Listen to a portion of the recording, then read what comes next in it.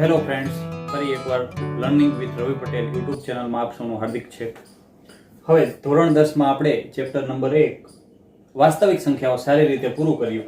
હવે આગળ વધવાનું છે અને બહુપદી ચેપ્ટર આપણે શીખવાનું છે. તો ધોરણ 9માં તમારે બહુપદી ચેપ્ટર આવતું હતું. એમાં તમને બહુપદીના પ્રકારો પદના આધારે, એક પદ હોય તો એક પદવાળી બહુપદી, બે પદ હોય તો દ્વિપદી, ત્રણ પદ હોય તો ત્રિપદી, એટલે પદના આધારે પ્રકાર આવતા હતા. હવે તમારે ધોરણ 10માં ઘાતના આધારે પ્રકાર આવશે. એક ઘાતવાળી, બે ઘાતવાળી, ત્રણ ઘાતવાળી બહુપદી. બરોબર છે? તો આપણે જોઈએ બહુપદીનું આ વ્યાપક સ્વરૂપ છે. બહુપદીનું આ વ્યાપક સ્વરૂપ છે જે શું કહે છે? an x ની n plus an-1 into x ની n-1 પ્લસ an-2 x ની n-2 પ્લસ ક્યાં સુધી? તો કે a1x1 પ્લસ a0. તો જ્યાં an નોટ ઇક્વલ ટુ 0. એટલે શું કહેવા માંગે છે કે આ જે સહગુણકો છે બધા a1 a2 a0 બરોબર છે, an સુધીના બધા જ સહગુણકો છે. એમાં ક્યારેય an બરાબર 0 ના થાય, ક્યારેય an 0 ના હોય. અને એના સિવાયના દરેક સહગુણકો અચળ હોય. અને એ શેમાંથી લેવાના છે? કે વાસ્તવિક સંખ્યામાંથી લેવાના છે. x ચલવાળી પદાવલીને x ચલવાળી બહુપદી કહે છે. આ n ઘાત માટેની x ચલવાળી બહુપદીનું વ્યાપક સ્વરૂપ છે અને બહુપદીને p ઓફ x વડે દર્શાવવામાં આવે છે. હવે બહુપદીની ઘાત, તો કોઈ px બહુપદીમાં x ના મહત્તમ ઘાતાંકને તે બહુપદીની ઘાત કહે છે. ઉદાહરણ તરીકે 5x નો વર્ગ વત્તા 7x વત્તા 8x નો ઘન 4x વત્તા 5. ખાસ જો x ની 2 ઘાત છે, x ની 1 ઘાત છે, તો આ જે બહુપદી છે એમાં સૌથી મોટી ઘાત કઈ છે? x ની, તો કે 2 ઘાત છે. તો આ બહુપદીની ઘાત કેટલી થાય? 2. એના પછી x નો ઘન છે, એ પણ એક પદવાળી બહુપદી છે. તો x ના ઘનમાં સૌથી મોટી ઘાત કઈ છે? તો 3. તો આ જે x નો ઘન બહુપદી છે એની ઘાત 3 થશે. 4x વત્તા 5, તો x ની મોટામાં મોટી ઘાત કેટલી છે? 1. તો આ 1 છે એ બહુપદીની ઘાત થાય. તો આ બધા ઘાતાંક છે, 2, 1, અલગ અલગ ઘાતાંક આપેલા હોય. તો એમાં જે મોટામાં મોટી ઘાત હોય, ઘાતાંક હોય મોટામાં મોટો, એને આપણે બહુપદીની ઘાત કહીએ છીએ. ખાસ તો બહુપદીના ઘાતના આધારે પ્રકાર.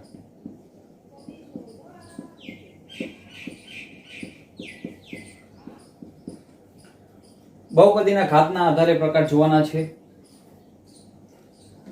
પહેલો પ્રકાર, આપણે અહીંયા 3 પ્રકાર આવશે: 1 ઘાતવાળી, 2 ઘાતવાળી અને 3 ઘાતવાળી. તો આપણે જોઈએ 1 ઘાતવાળી બહુપદી. તો 1 ઘાતવાળી બહુપદીને સુરેખ બહુપદી કહેવાય. સુરેખ બહુપદીનું આપણે વ્યાપક સ્વરૂપ લખીએ: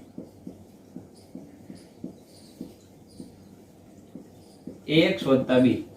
જ્યાં મેં તમને કીધું કે મોટામાં મોટી ઘાત કેટલી છે? x ની 1. તો મોટામાં મોટી ઘાત હોય એની સાથે જે સહગુણક હોય એ ક્યારેય 0 ના હોય. અને સહગુણકો શેમાંથી લેવાના છે? વાસ્તવિક સંખ્યામાંથી. બરોબર છે? હવે બીજો પ્રકાર, 2 ઘાતવાળી બહુપદી.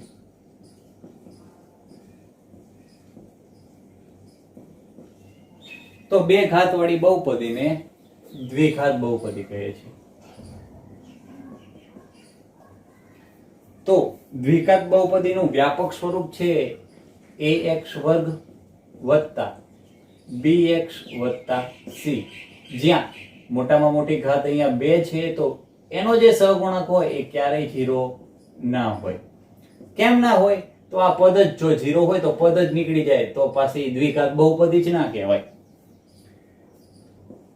A B C belongs to R. A અને B અને C ત્રણેય આપણે વાસ્તવિક સંખ્યામાંથી લેવાના છે. પછી 3 ઘાતવાળી બહુપદી એને ત્રિઘાત કહેવાય. બસ આપણે આ 3 પ્રકાર શીખવાના છે. એક ઘાતવાળી બહુપદીને સુરેખ, એનું વ્યાપક સ્વરૂપ છે ax b.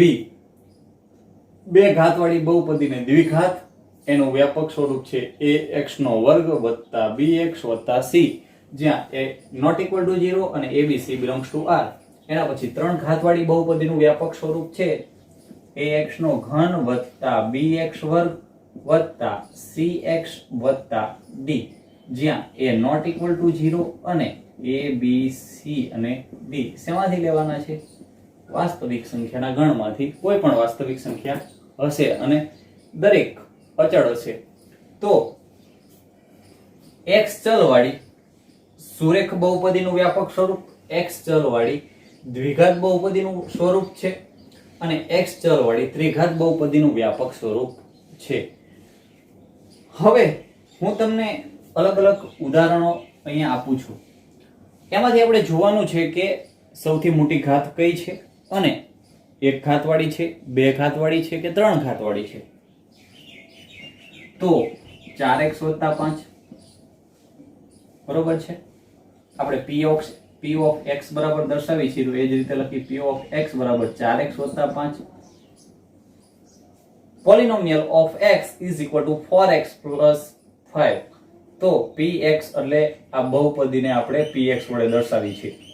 px બરાબર 4x + 5, px બરાબર 8x નો વર્ગ + 7x + 9, px બરાબર 4x નો વર્ગ, px બરાબર 9x નો ઘન - 1, x નો ઘન - 1, px બરાબર x નો ઘન + x નો વર્ગ + x + 1, px બરાબર 2x + 4x + 5. હવે જુઓ px બરાબર 4x + 5 તો જોવાનું x ચલવાળી બહુપદી છે અને x ની મોટામાં મોટી ઘાત કેટલી છે? આમાં 1 છે. જો મોટામાં મોટી ઘાત મોટામાં મોટી ઘાત 1 હોય તો એ બહુપદી કેવી થાય? સુરેખ. એના પછી 8x નો વર્ગ + 7x + 9 તો x નો વર્ગ છે, અહીંયા x ની 1 ઘાત છે તો મોટામાં મોટી ઘાત 2 છે તો એને આપણે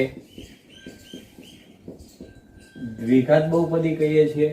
4x નો વર્ગ આપણે એ જ જોવાનું છે કે મોટામાં મોટી ઘાત કેટલી છે? x નો વર્ગ એટલે x ની 2 ઘાત છે. 2 ઘાત હોય મોટામાં મોટી તો એ દ્વિઘાત જ થાય. હવે જોવાનું છે કે જો આ એક જ પદ છે તો બીજા પદ ક્યાં ગયા? બીજા પદ હશે પણ એ 0x + 0 હશે, એટલે કે c તરીકે 0 હશે અને b તરીકે પણ 0 હશે. બરોબર છે.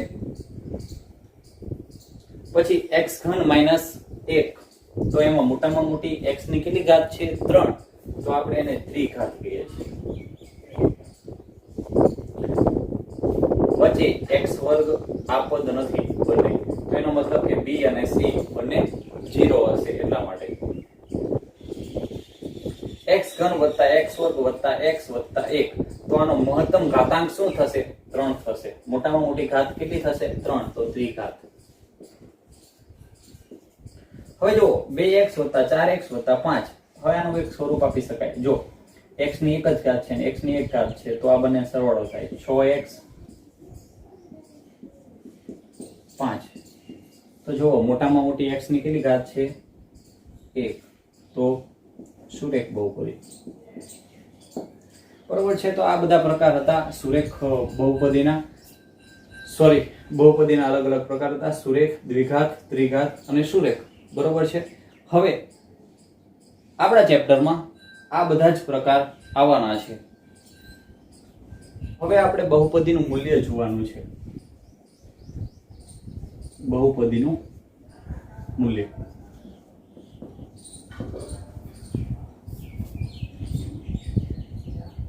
કોઈ px બહુપદી આપેલી હોય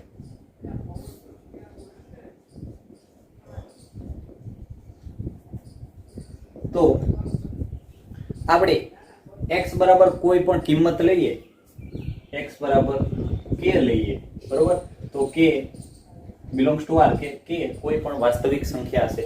x બરાબર k લઈએ અને p ઓફ k મેળવીએ તો p ઓફ k છે એ બહુપદીનું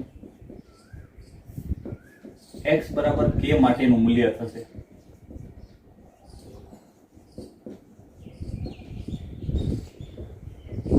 શું કહેવા માંગે છે કે કોઈ પણ px બહુપદી આપેલી હોય એમાં આપણે x બરાબર k લઈએ તો k કોઈ પણ વાસ્તવિક સંખ્યા હોય તો p ઓફ k સમજો. ચલો એક ઉદાહરણ લઈએ. p ઓફ x બરાબર 4x નો વર્ગ વત્તા 5x વત્તા 1. આ એક દ્વિઘાત બહુપદી છે. તો x બરાબર કોઈ પણ વાસ્તવિક સંખ્યા લઈ લઈએ 1, બરોબર. તો x બરાબર 1 આપણે મૂકશું p ઓફ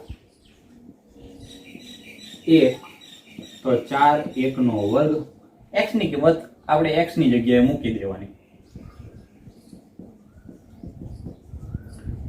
4 ના 4 1 નો વર્ગ 1 5 1 1 4 + 5 + 1 4 ને 5 9 ને 10. તો x બરાબર 1 માટે બહુપદીનું મૂલ્ય શું આવ્યું? 10.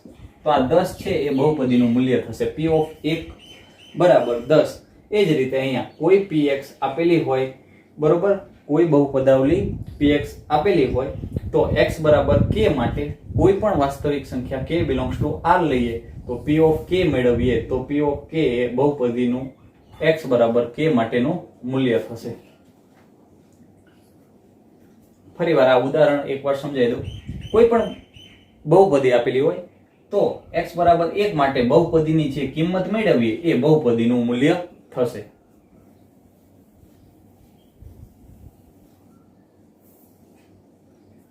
હવે p ઓફ k બહુપદીનું મૂલ્ય. હવે બહુપદીના શૂન્ય જોવાના.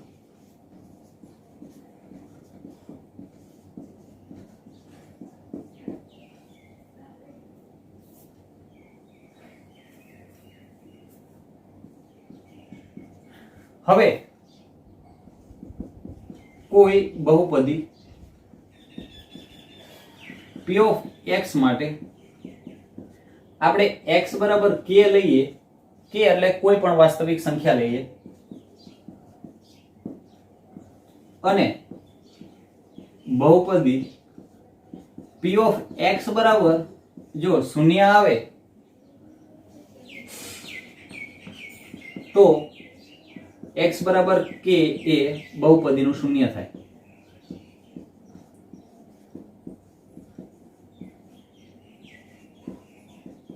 શું કહેવા માંગે છે કે કોઈ બહુપદી p ઓફ x માટે x બરાબર k કોઈ પણ વાસ્તવિક સંખ્યા લઈએ અને બહુપદી p ઓફ x અથવા તો p ઓફ k બરાબર શૂન્ય આવે તો x બરાબર k એ બહુપદીનું શૂન્ય થશે.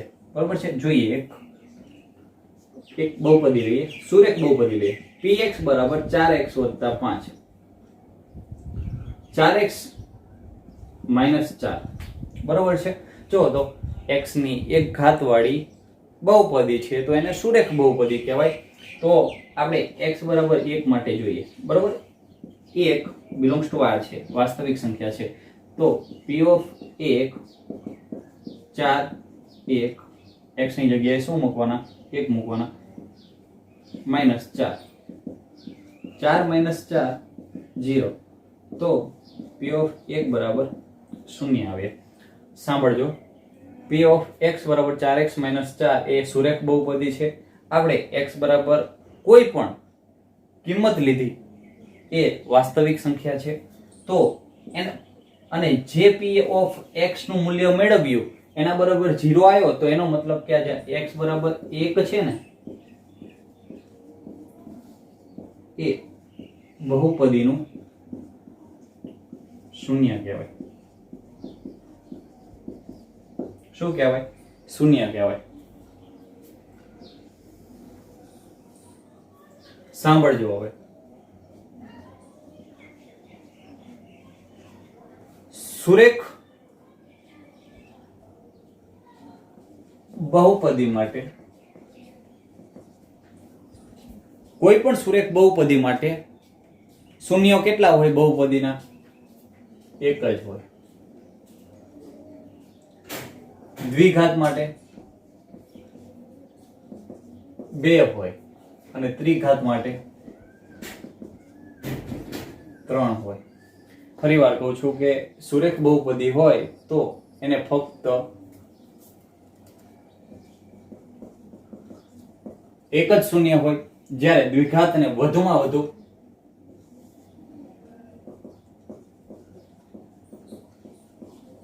કેટલા શૂન્ય હોય? 2 હોય. ત્રિઘાત ને વધુમાં વધુ 3 શૂન્યો મળે. ખાસ યાદ રાખજો, સુરેખ બહુપદી હોય તો એને માત્ર એક જ શૂન્ય મળે, એટલે કે x ની કોઈ પણ એક જ કિંમત માટે p ઓફ x બરાબર જે સુરેખ બહુપદી હોય એના બરાબર શૂન્ય થાય. દ્વિઘાત હોય તો એમાં 2 શૂન્ય મળે, વધારેમાં વધારે એકેય ના હોય. એવું બની શકે કે 0 હોય, 1 હોય. વધુમાં વધુનો મતલબ શું થાય? કાં તો 1 પણ ના હોય અથવા 1 હોય અથવા 2 હોય.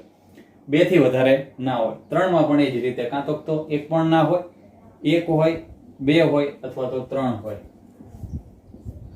બસ અહીંયા સુધી આપણને ખાસ ખબર પડવી.